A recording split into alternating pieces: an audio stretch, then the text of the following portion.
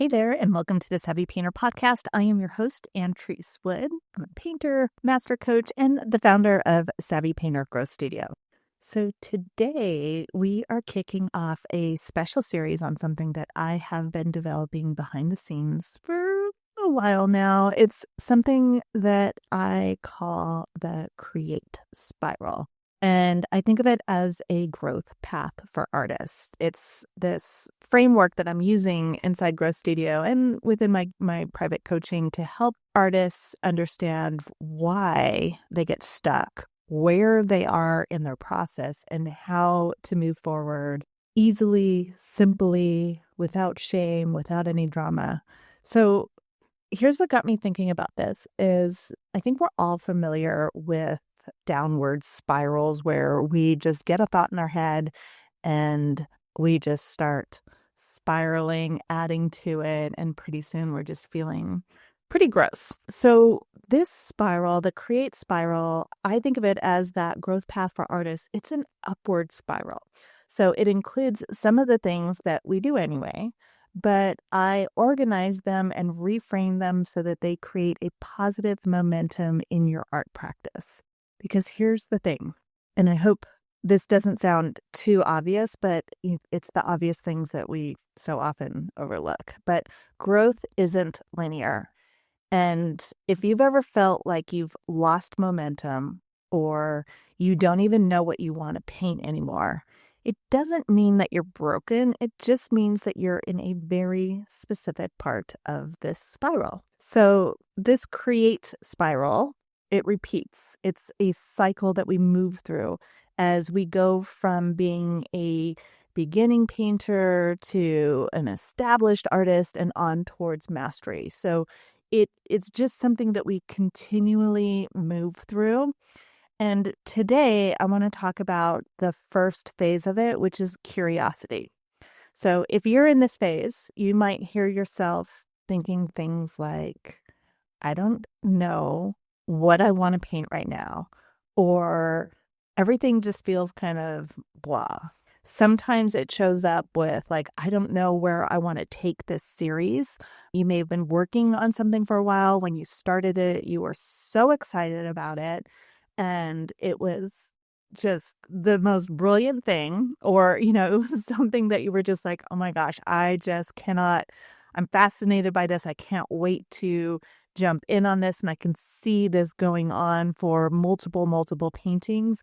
And then you get to a certain point where you're just like, I don't even know where I want to take this series. I don't know why I'm doing it anymore. Or sometimes it shows up like I have these ideas, but none of them feel exciting enough.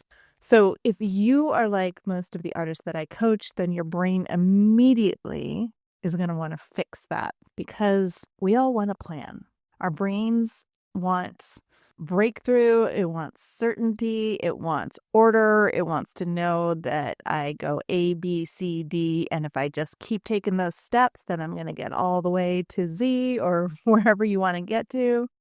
But this part of the spiral that we're talking about today is not about certainty. It's about listening to that whisper inside of you that says, what if? And sometimes that can be really, really hard, because as a species, we humans, we don't really have a high tolerance for uncertainty. So we do all sorts of things to feel like we are in control. Overthinking is a huge one. It's like if we could just figure out the entire painting ahead of time, somehow that will ensure that it has the outcome that you want. Or if you can just figure out exactly how to make those posts and those reels, then it's going to have the outcome that you want. It also kind of shows up like when you consistently switch ideas midstream because you're not certain about how people are going to respond. These are all the ways that we subtly try to feel like we're in control, that we can control and somehow manage other people's responses or the painting that we haven't even pulled the canvas out for. So if you're thinking, by the way, that this sounds like procrastination or indecision, it sort of is. It's a very close relative.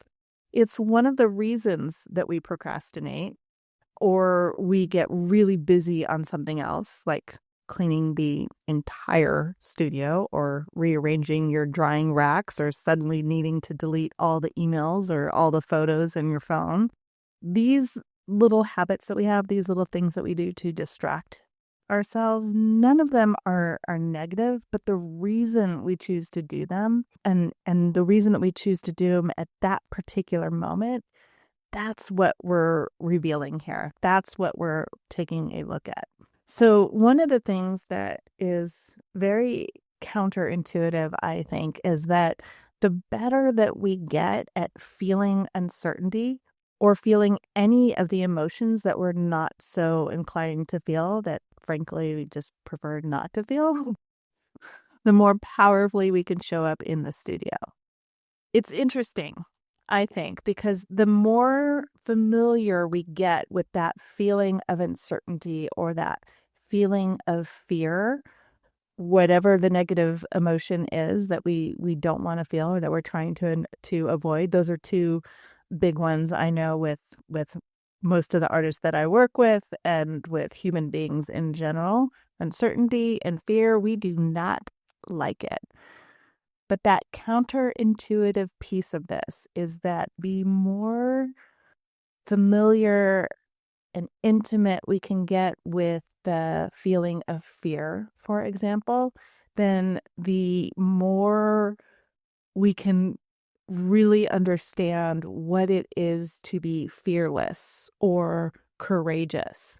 So same thing with uncertainty. The more we are willing to really understand, like, what is it like for me?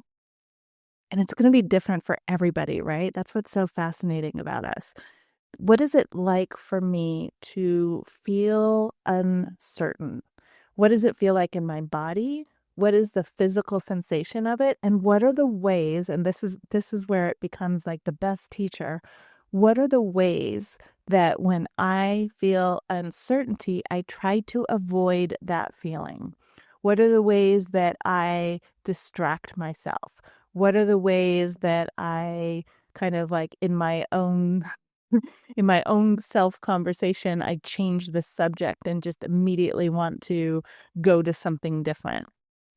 Understanding this is gold, because if we are willing to feel that uncertainty and we start to really understand it, or any of the emotions, any of them that we don't want to feel, if we're willing to feel those emotions, then we're not going to be afraid of anything. There's nothing that we're trying to avoid.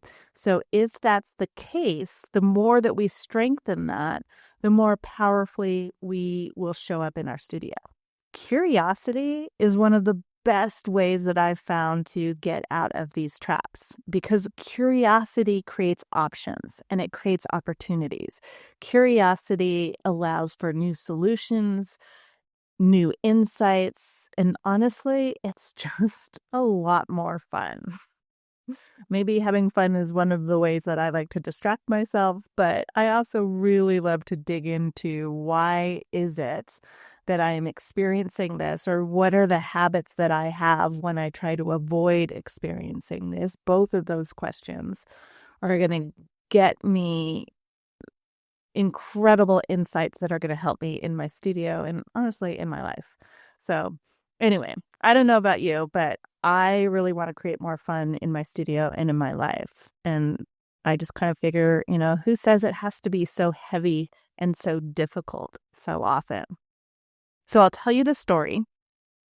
I was coaching an artist recently, and they were feeling restless and disconnected in their studio. They had this amazing painting that they had finished, and we talked about it for a long time, kind of watched them develop it, and they had reached a level of technical proficiency. Like, the colors were beautifully harmonized and working the way that they had intended. Like, they had this vision and they did it, right? So I don't know if you recognize this feeling, but that feeling where you just have this idea for maybe the way, I don't know, the light hits a glass and it bounces around the room and it hits different colored objects. And the way that you express that on the canvas is this really subtle but powerful shifts in colors and values. And they had noticed that and they pulled it off. So this painting had all these visually stunning moments of really rich and subtle color placement, right? Like just a beautiful balance of saturated areas and desaturated areas and like very deftly placing color. So this artist knew that. They knew that they had mixed the right colors and that they'd kept those colors in the exact value range they needed to make that light vibrate. But for that artist, something about the painting still felt off, and they couldn't shake that feeling. And the question that kept popping up in their mind was, is this it? Is this all there is? Which is such a frustrating feeling, right? Because we work so hard to develop our skills. And we spend so much time waiting to be at that place where we can do something like that, where we're just like, whoa, how did that happen? And then the result is that question, like, is this all there is? So we talked a lot about this, and I helped this artist move through that kind of like blah feeling. And then the judgment that they had over feeling that way, which is another fun thing that we like to do. We have this painful feeling, and rather than moving through that feeling, we judge and criticize ourselves for having it. That, I don't know, feels about as good as rubbing your eyes after, I don't know, cutting a giant tub of jalapenos. Not that I would know. Anyway, once we were able to move from there into curiosity, that was gold. That seriously just shifted everything. If I'm honest, it did take a little work to get this artist to spend the time in this curiosity phase. This part of this cycle, this part of this spiral, it isn't the place where you want to push through or force or just sort of do a drive-by on. You really, really want to spend some luxurious time there. And once we did that, what we realized is that this artist had just outgrown the way that they used to work. And once we had that clarity, then they were really able to lean into this curiosity phase. And they just started asking themselves a lot of questions, and they started becoming open to different ideas that they had thought were crazy or that would never work because they were hanging on so tightly to the old way of painting. So I told the artist as we were doing it, this is why in this curiosity phase, sometimes you just really want to spend a luxurious amount of time there. So I told this artist that trying to rush through this part of the spiral is like yanking a seed out of the soil because you don't think it's blooming fast enough. Because that's where the juicy stuff is, right? The thing is that you cannot rush clarity. Clarity is a result of giving curiosity space and time to breathe. So this is one of the best examples, I think, of why I started thinking about this spiral, this upward spiral, and creating this growth path for artists. It's to really help you see that this phase, this part where you're being very curious and you are experimenting and you are in this sort of discovery phase, it's not a detour. This is a really, really important part of the process. It's an invitation to gently explore what it is that lights you up, even if it feels random, even if you think it's crazy, even if you're like, I don't know where that came from, but I just keep thinking about it. It's a chance for you to explore what you've been ignoring or putting off and what your art is trying to very subtly whisper to you, right? It gives you a chance to just have a different conversation. And not everything in this phase has to lead to a series or a sale or a style or a specific tangible outcome that you might think that it does, right? Sometimes the most important thing that you can do is follow the tiniest little spark with no expectation and no idea of where it leads. This to me is what makes painting alive and fun. And I think we're just so privileged to be in this profession, one that lights us up, and it's so meaningful both to us, the artists that create it, and to the communities that we live in. It matters. It truly, truly does.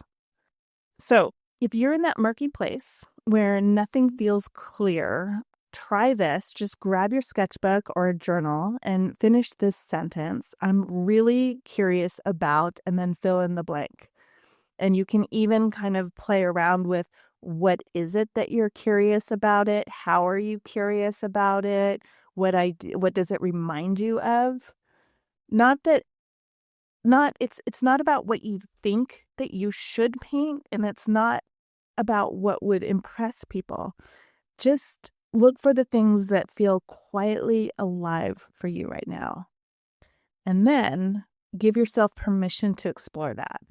Do it messy, do it imperfectly, do it without a plan, do it without expectation. Please do it without any judgment, right? And then just see what you discover and where your curiosity leads you. This is the heart and soul of your work. So this is something that we're diving deep into this phase of the spiral, both in my coaching and in Growth Studio. I'm doing that with various art prompts and different tools to help artists reconnect with their curiosity and build momentum from a place of trust and not pressure. So if this episode spoke to you, if you've been waiting for that spark to return, you're welcome to join us. If you know somebody that would benefit from this episode, please feel free to share it with them. And listen, you don't need to have it all figured out. You just need to start exactly where you are. All right? That's what I have for you today. Thank you so much for listening. I will be back next week with the next phase of the spiral, which is resistance. And we'll talk about how to move through it without losing your momentum. Have a beautiful day. Take care, and I will see you next week.